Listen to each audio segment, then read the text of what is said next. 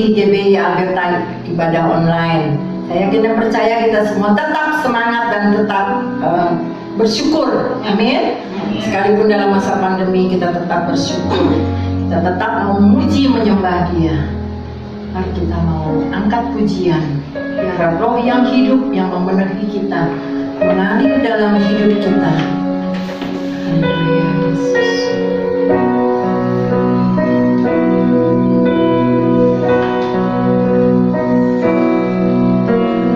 Rohmu yang hidup penuhiku, mengalir dalamku. Jiwaku tenang bersamamu dalam naunganmu. Rohmu yang hidup, rohmu yang hidup penuhiku, mengalir dalamku. Jiwaku tenang, jiwaku tenang bersamamu dalam naunganmu. Ku buka hati untuk jamahanmu, berserah penuh di hadiratmu. Kau ambil alih seluruh hidupku di alammu, menyembahmu. Rohmu yang kudus, rohmu yang kudus, pulihkanku. Engkaulah damaiku. Ku hidup oleh anugerah-Mu yang menyertai, yang menyertai-Ku. Buka hati untuk jamahanmu, berserah penuh di hadiratmu. Kau ambil alih seluruh hidupku di alammu, menyembahmu.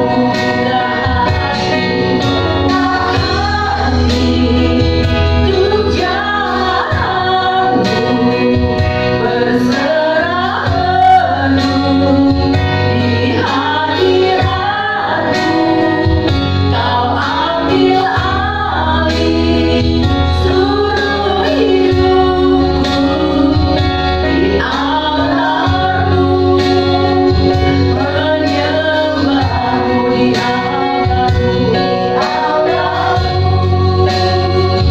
menyembahmu di alammu,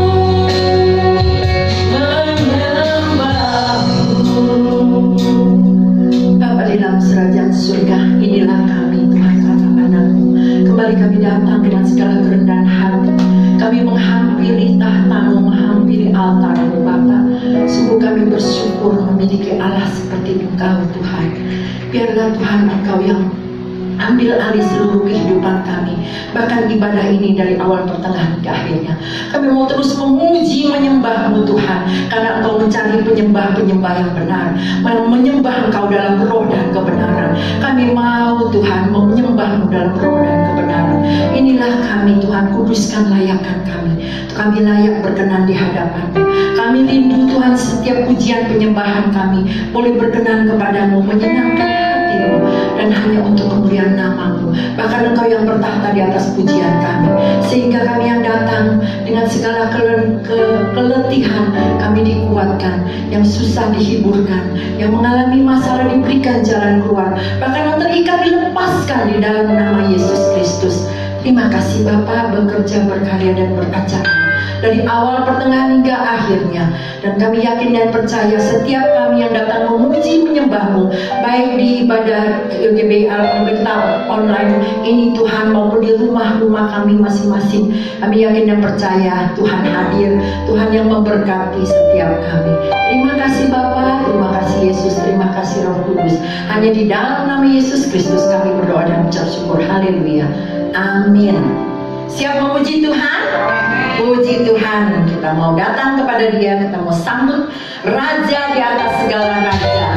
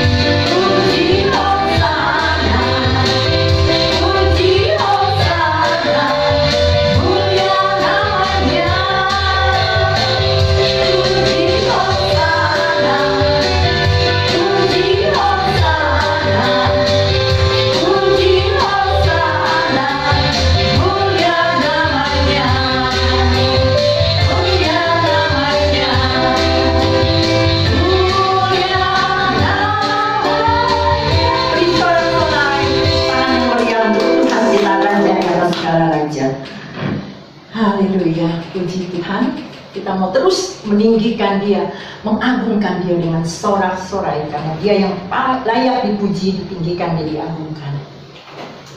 Kita angkat pujian Allah, ditinggikan dengan sorak-sorai.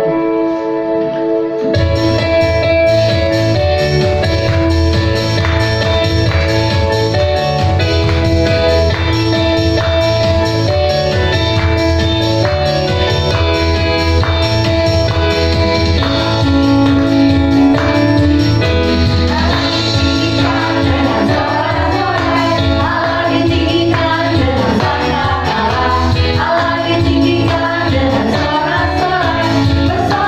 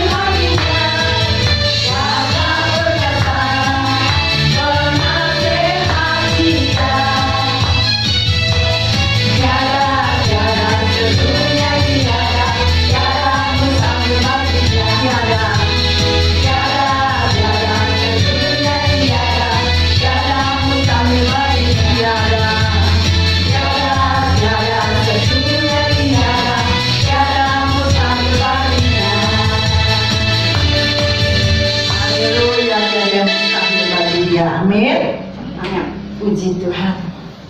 Mari kita siapkan hati kita untuk menerima kebenaran firman Tuhan. Biarlah kita meminta kepada Tuhan agar memenuhi bejana-bejana hati kita. Hati kita boleh terus haus dan lapar akan kebenaran firman Tuhan. Terima kasih Bapa, penuhi kami dengan firman-Mu. Penuhi bejana kami Tuhan. Kami rindu, kami haus akan firman-Mu.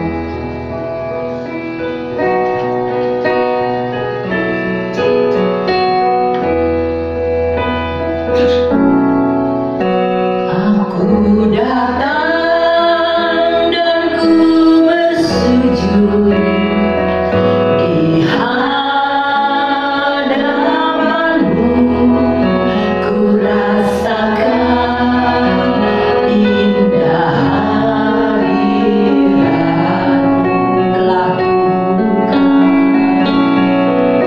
aku buka mata hatiku dan seluruh jiwaku untukku nikmati firman. Kita nyanyikan dari awal.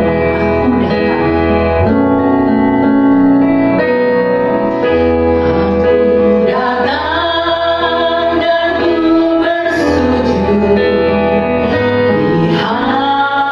hadapan-Mu. Ku rasakan indah hadirat-Mu. Telah ku buka mata hatiku dan seluruh jiwaku untukku nikmati firman.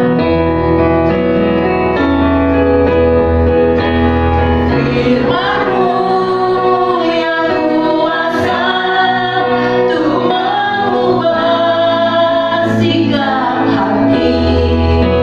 Firman-Mu yang tegakkan di saat ku terjatuh. Penuhkanlah bejanaku dengan air sungai-Mu. Ku haus akan firman-Mu.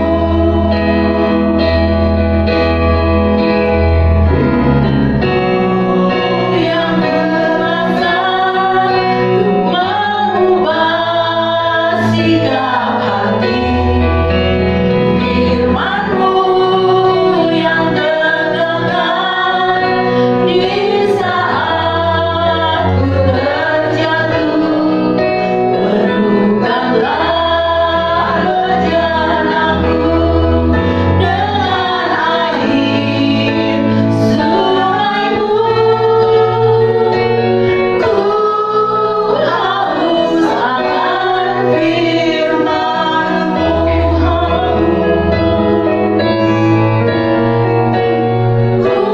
Ku haus akan firman-Mu. Ku haus akan firman-Mu. Ku haus akan firman-Mu. Selanjutnya saya serahkan kepada hamba-Nya yang akan menyampaikan kebenaran firman Tuhan. Tuhan Yesus memberkati.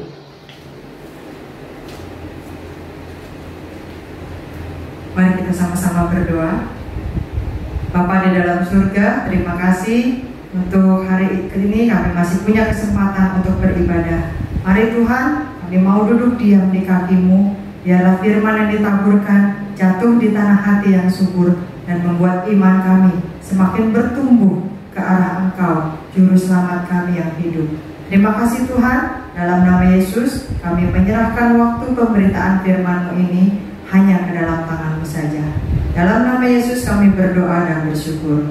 Amin.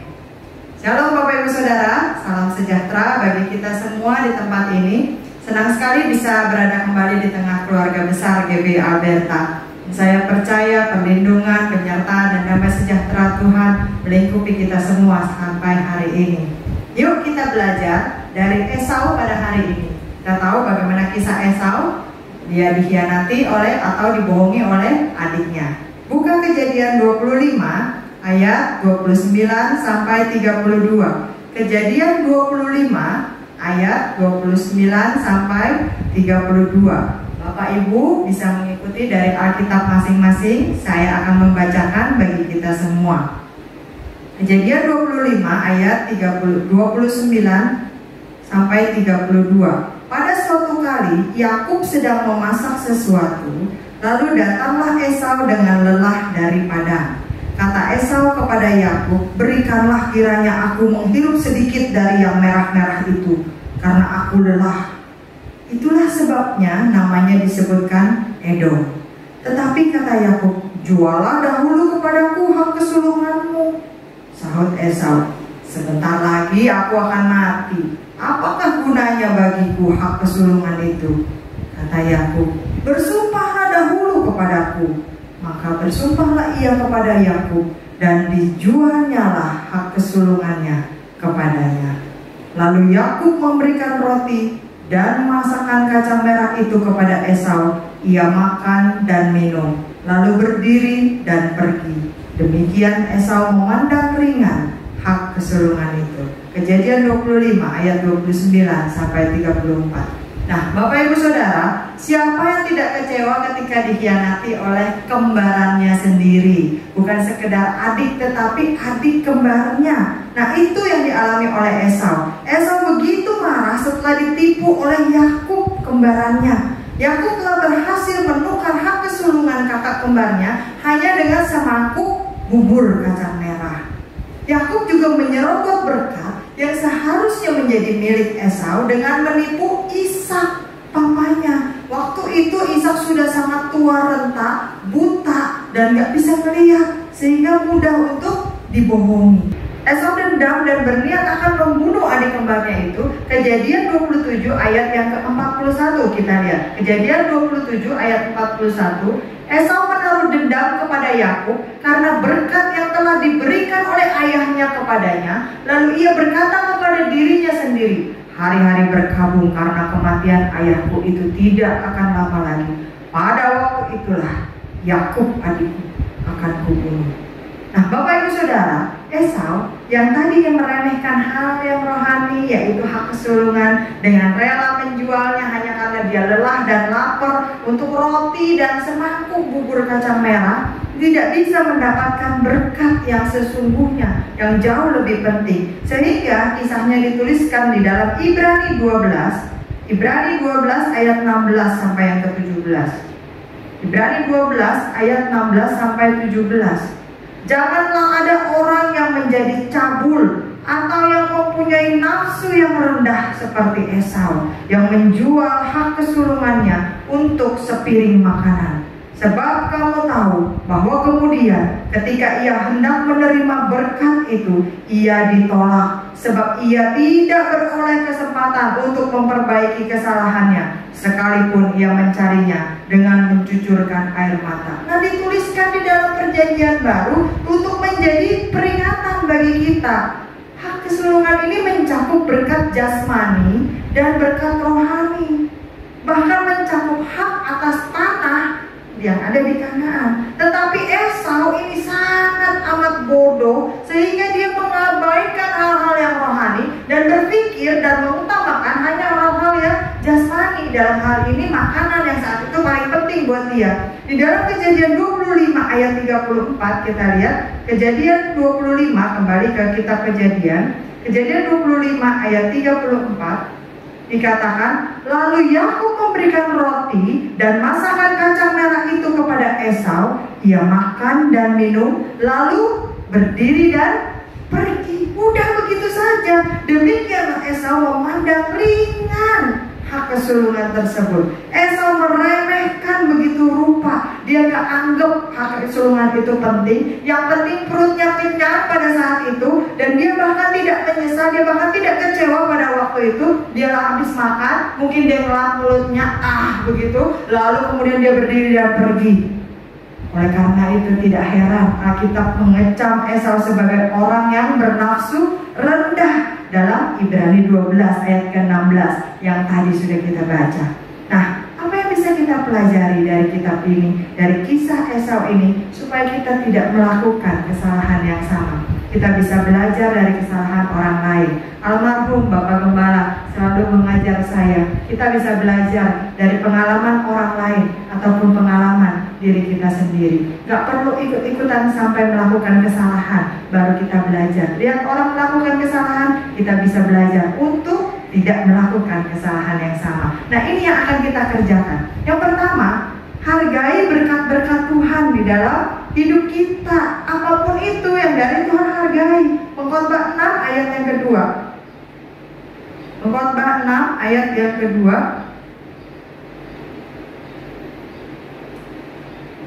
Orang yang dikaruniai Allah kekayaan, harta benda, dan kemuliaan, sehingga ia tidak kekurangan suatu pun yang diinginnya, tetapi orang itu tidak dikaruniai kuasa oleh Allah untuk menikmatinya, melainkan orang lain yang menikmatinya. Inilah kesia-siaan dan penderitaan yang pahit.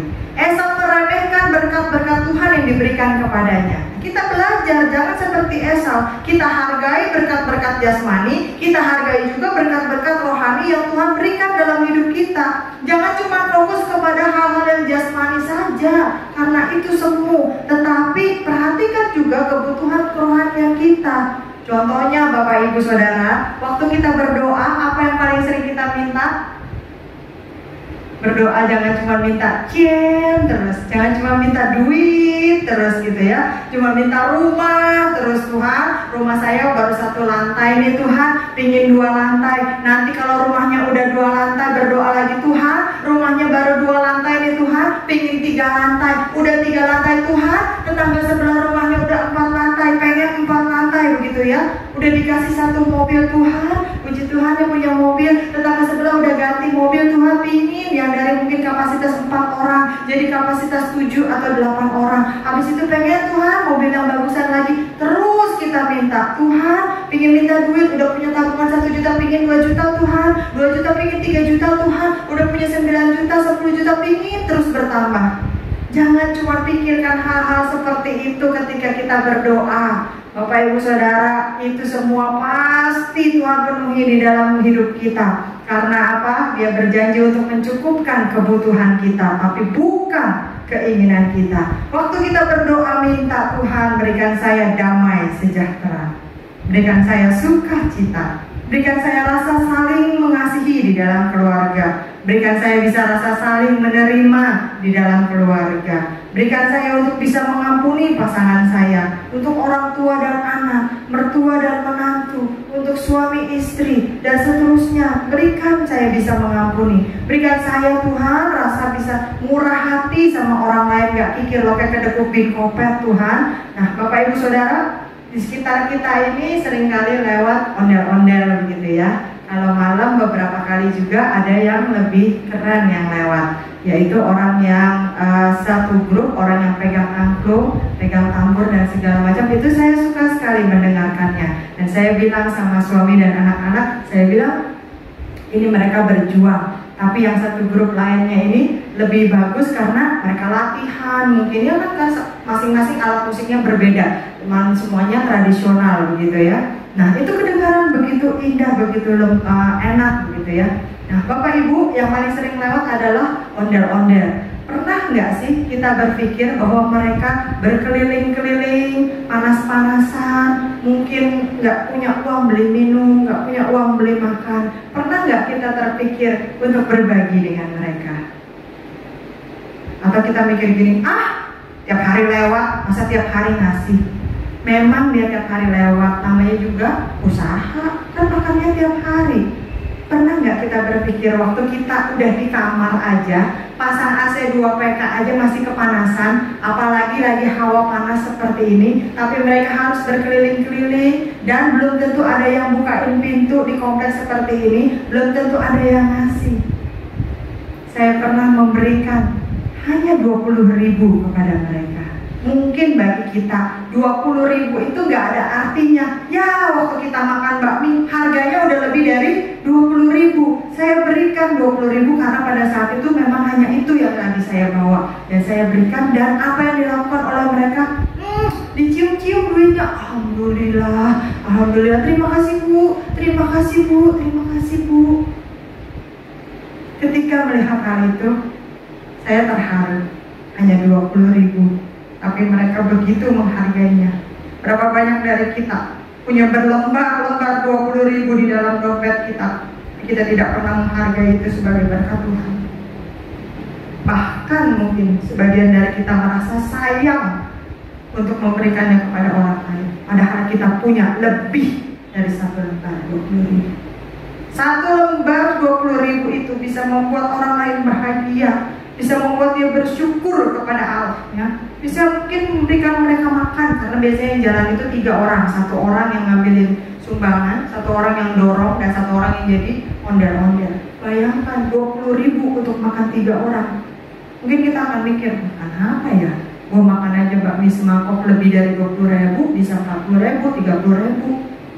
Tapi kalau kita punya hati yang murah hati, itu bisa mendatangkan kebahagiaan bagi orang lain. Dan ketika melihat orang lain bahagia, kita juga bahagia.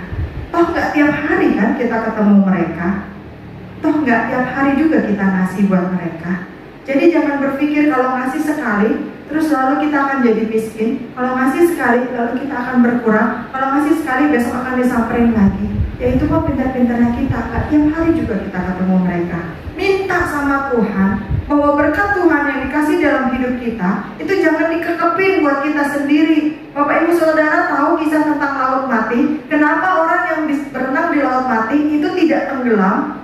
Karena kadar garam di laut mati itu begitu tinggi, sehingga tidak begitu tinggi karena tidak ngalir kemana-mana, hanya di situ saja. Jadi kalau Bapak Ibu Saudara walaupun nggak bisa berenang, pergi ke Israel dan berenang di laut mati itu nggak akan tenggelam. Karena kadar garamnya begitu tinggi, tidak ngalir kemana-mana. Nah kalau hidup kita, jadi orang Kristen yang kikir noket kedekupin kopet seperti itu, tidak murah hati, tidak mudah berbagi, mungkin hidup kita bisa seperti laut mati itu, tidak menjadi berkat bagi orang lain. Nah Bapak Ibu Saudara, sekali lagi, waktu kita berdoa, jangan cuma minta berkat rohani, jangan cuma pikirkan kebutuhan kita, tetapi apakah kita memikirkan orang-orang di sekitar kita, walaupun kita tidak mengenal mereka. Berkat-berkat jasmani seberapapun, kalau disertai dengan hal-hal rohani, pasti akan lebih nikmat untuk dijalani. Jangan cuma lihat pengusaha yang hebat, rumahnya besar, mobilnya mewah, lalu kita pikir, hidupnya pasti bahagia. Padahal mungkin dia lagi stres berat, penuh hutang-hutang yang nggak bisa dibayar, ditagih ke sana ke sini, kerja kerasnya hanya untuk bayar bunga dari pinjaman-pinjamannya. Semua asetnya sudah tercatat sebagai milik bank. Jangan iri dengan orang lain yang mungkin punya suami yang ganteng atau istri yang cantik, lalu terlihat serasi dan mempesona seperti pangeran dan putri. Lalu kita pikir, aduh ya kalau kayak gitu pasti deh hidupnya harmonis, bahagia, kayak Cinderella di film begitu ya, di kisah Cinderella, happily ever after. Padahal mungkin hidup mereka saling membenci, saling menuduh, saling mengkhianati, saling menyeleweng, menyakiti, melukai, bahkan mungkin mereka sudah di ujung tanduk dari perceraian, dan kita tidak tahu tentang hal itu. Ketika kita melihat tulisan-tulisan dari luar negeri, wah nilainya cum laude, summa cum laude, hampir sempurna, dan kita berpikir, aduh coba kalau dulu saya punya kesempatan untuk sekolah di luar negeri, untuk kuliah di luar negeri, pasti masa depan saya lebih cerah. Waktu saya pulang ke Indonesia pasti akan mudah mendapatkan pekerjaan, begitu ya. Tapi ternyata banyak yang nggak mudah dapat pekerjaan, banyak yang nggak mudah diterima di kantor-kantor, bahkan banyak dari mereka yang karirnya mungkin tidak berkembang dan perjalanan mereka tidak semudah seperti yang kita bayangkan. Kalau kita menatap kagum, sekarang ini lagi makin eksis begitu ya, ibu-ibu, emak-emak eksis di mana-mana begitu ya, belanja, shopping merek-merek mahal, dimasukkan ke medsos, ke Facebook, ke Instagram dan segala macam begitu ya. Bahkan punya YouTube channelnya, atau kita lihat di televisi bagaimana mereka hidupnya. Wah, bolak-balik rutin perawatan untuk nyalon aja misalnya ke Korea begitu ya. Ini ceritanya sebelum pandemi begitu. Klinik ternama di sini dan segala macam. Nggak perlu ngurusin rumah, punya pembantu 13 orang gitu ya. Banyak waktunya dan hidupnya sekedar memikirkan untuk shopping, merawat diri, fitness, yoga dan sebagainya. Lalu kita pikir, waduh enak banget ya coba kayak gitu ya.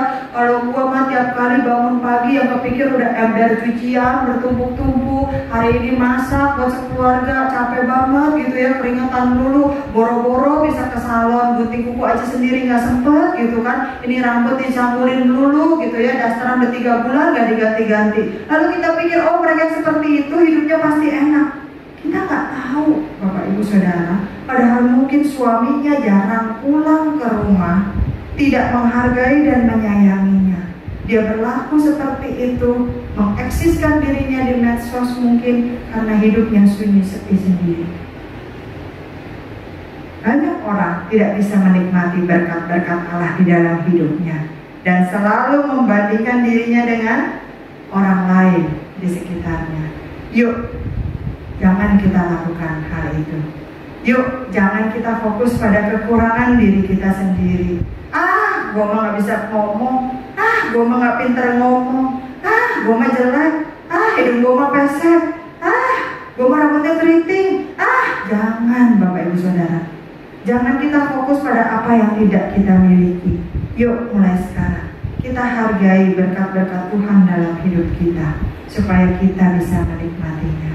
Seringkali kita mendengar sebuah ilustrasi tentang selembar kertas putih dengan titik hitam kecil yang ada di kertas itu. Ketika diajukan ke orang banyak, seringkali ditanya, apa yang saudara lihat? Orang akan berkata apa? Ada titik hitam kecil di kertas itu. Padahal titiknya kecil sekali dan kertas putihnya itu begitu lebar begitu ya.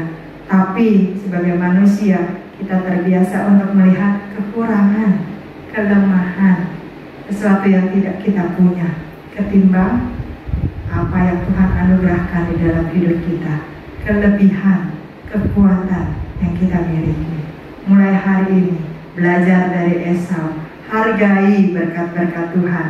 Jangan remehkan hal-hal rohani dalam hidup kita. Jangan bilang ke gereja mah nanti aja, ibadah mah besok aja, berdoa mah titip aja, persembahan mah itu nggak perlu. Jangan Bapak Ibu Saudara. Hargai berkat Tuhan. Kalau Tuhan memberikan berkat jasmani di dalam hidup kita, minta juga kepada Tuhan karunia untuk bisa menikmati berkat-berkat tersebut.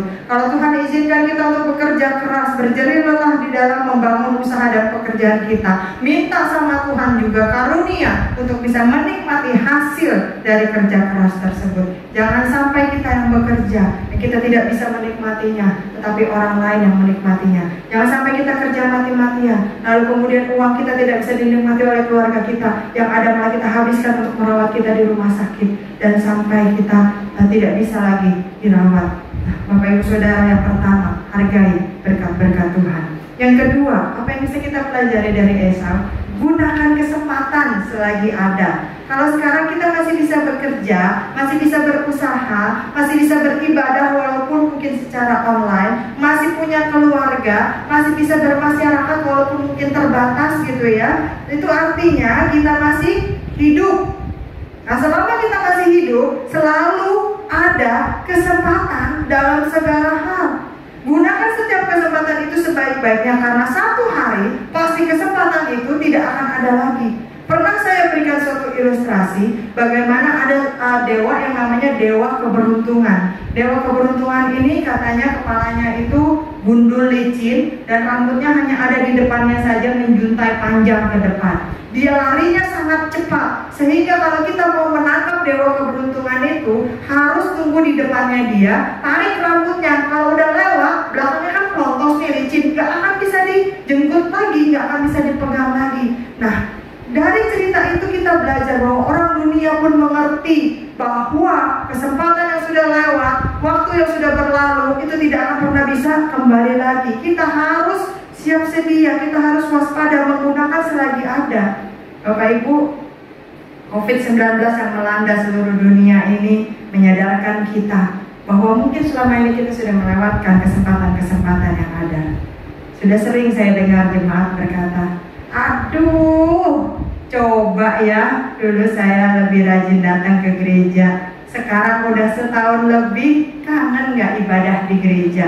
Aduh, coba ya, dulu saya lebih rajin berdoa, sekarang udah gak bisa ikut doa puasa di gereja. Aduh, dan masih banyak aduh-aduh lainnya. Bapak Ibu, mungkin tadinya kita sibuk bekerja, kita berusaha, kita mengejar karir, sampai pergi pagi, pulangnya pagi lagi begitu ya. Nah sekarang kita punya kesempatan, mungkin sebagian masih ada yang WFH, kerja di rumah, bisa lebih dekat dengan keluarga begitu ya. Orang tua yang tadinya hanya ngelihat anaknya pergi sekolah, pulang les dan segala macam, sekarang punya kesempatan untuk ngeliatin tuh anaknya belajar di rumah, bahkan mungkin membantu anaknya mengerjakan tugas walaupun dengan gergetan. Aduh, ternyata lu nggak bisa lu ya, bikin mama kesel gitu ya, dengan tensi tinggi. Tapi ada kesempatan lebih banyak berinteraksi dengan anak-anak. Orang-orang Kristen yang tadinya ibadah ke gereja asal-asalan, napas, Natal, Paskah baru muncul kayak kapal selam begitu ya, sekedar setor muka, melayani dengan motivasi yang keliru. Sekarang kita bisa sadar diri, kita punya kesempatan memperbaiki diri dalam ibadah, walaupun hanya ibadah online. Tapi kalau kita lakukan dengan sungguh-sungguh, pasti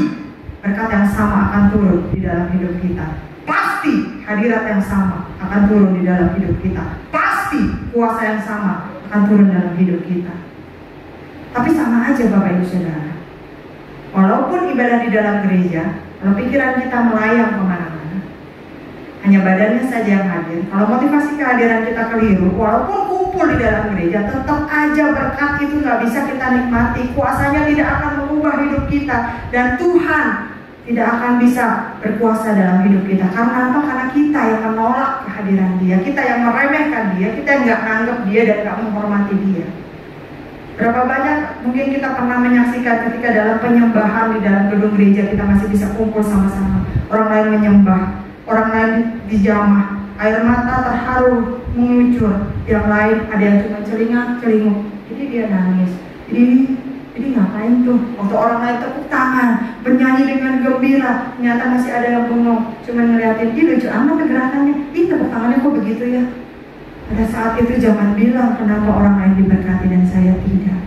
Jika engkau tidak menghormati hadirat Allah, Allah juga tidak akan memberkati engkau. Sekarang kita punya kesempatan memperbaiki diri kita.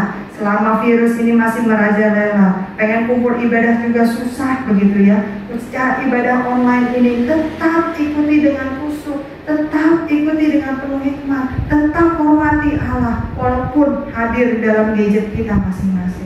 Nah, Tuhan memberikan kesempatan kepada Esau untuk menikmati hak kesulungannya, tetapi Esau menyia-nyiakannya, bahkan menukarnya hanya dengan semangkuk bubur kacang merah. Kalau seember atau segetok, ya mungkin masih gimana ya, ini hanya semangkuk, sekali makan langsung habis begitu kan. Nah, orang-orang di zaman Nuh pada waktu itu juga diberikan kesempatan untuk bertobat. Enggak sebentar loh Bapak Ibu Saudara, mereka diberikan kesempatan 120 tahun untuk bertobat. Coba bayangkan, 120 tahun dan tetap tidak bertobat.